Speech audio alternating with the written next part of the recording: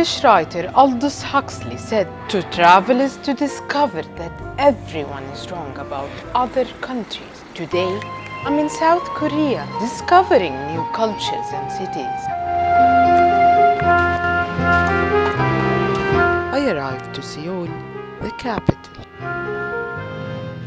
A visit to Seoul would be incomplete without visiting the two old palaces of Gyeongbokgung and Cheonggyecheon, steeped in the history.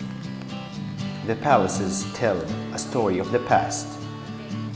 Gyeongbokgung was built during the Joseon dynasty that began in 1392 and lasted for around 500 years. This palace was one of the 5 largest palaces that the dynasty built and has 7,700 rooms. However, it was during the Imjin War, one of the 16th century largest inter-Asian conflicts involving Korea, China, and Japan, when most of the rooms were destroyed in a fire. The palace was, however, later restored. Nevertheless, the Cheonggyecheon Palace was also built by the Joseon dynasty, then became the country's main palace. With its large parks, it was the preferred residence for many of the dynasty's princes. Korea was free from Japanese occupation. To understand the country's history, visitors must pay a visit to the United Nations Memorial Cemetery. It is the final resting place of the 2,300 soldiers who died in the Korean War. This is also the only UN cemetery in the world. Of 1951 and 1954, approximately 11,000 fallen of UN forces were interred here.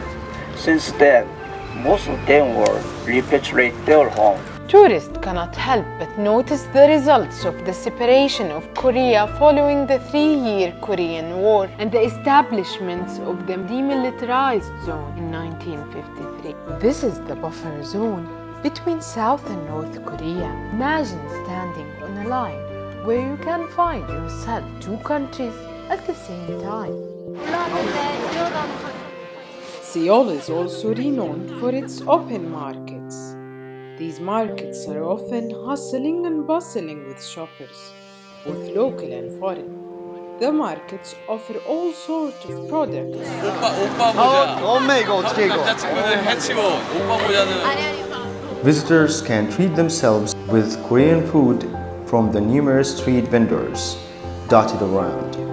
Koreans like to use garlic, and if you are fond of garlic, you will enjoy their food. Koreans also keen fish eaters. One is always taken aback by the large number of beauty shops in the city.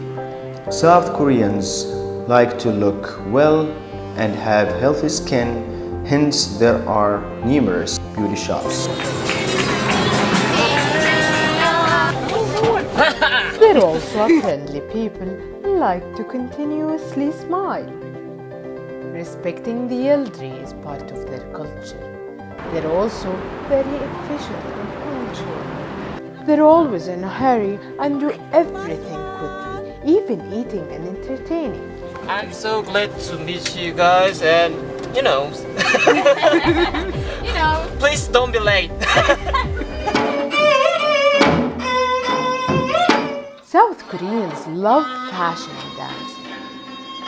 They have different types of traditional dances.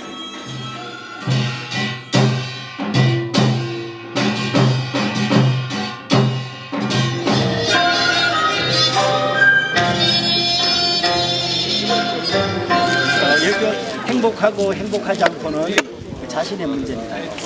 Whoever happy here because of you think of your mind is happy.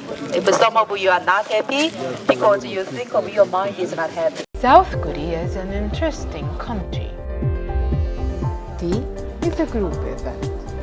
The older generation has a special way of preparing tea for their guests. Guests are required to drink tea in 3 rounds, while nibbling Korean sweets or eating sweet rice. You will find until now a group of Buddhist old people who go to several temple locations to pray in many South Korean cities. South Koreans are also proud of their old culture and history.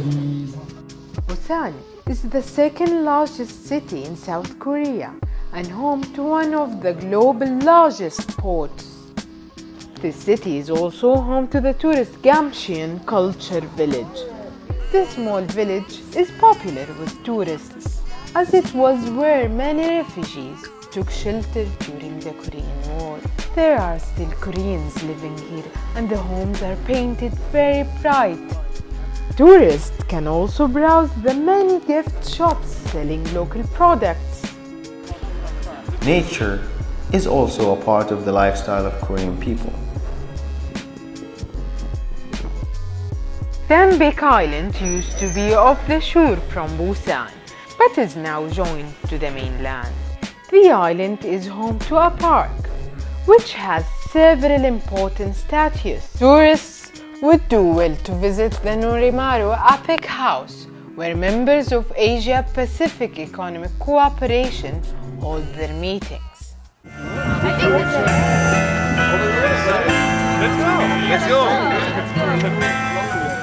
Walking on the beach or taking a cruise in the middle of the ocean is a thing all tourists should try when visiting South Korea, particularly Busan.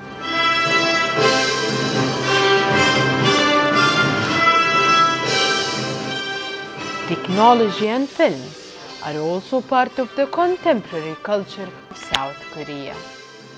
Busan has been the location where 331 films have been made in the past 13 years. An international film festival is also held here. The city is a preferred location for filmmakers and around 40 films are shot in the city every year. Tourists would be interested in visiting the Busan Cinema Center to learn more about the city's film industry.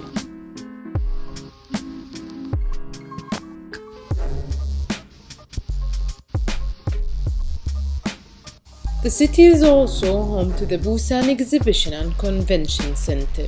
Concerts are often held in this large place, and so are conferences and exhibitions.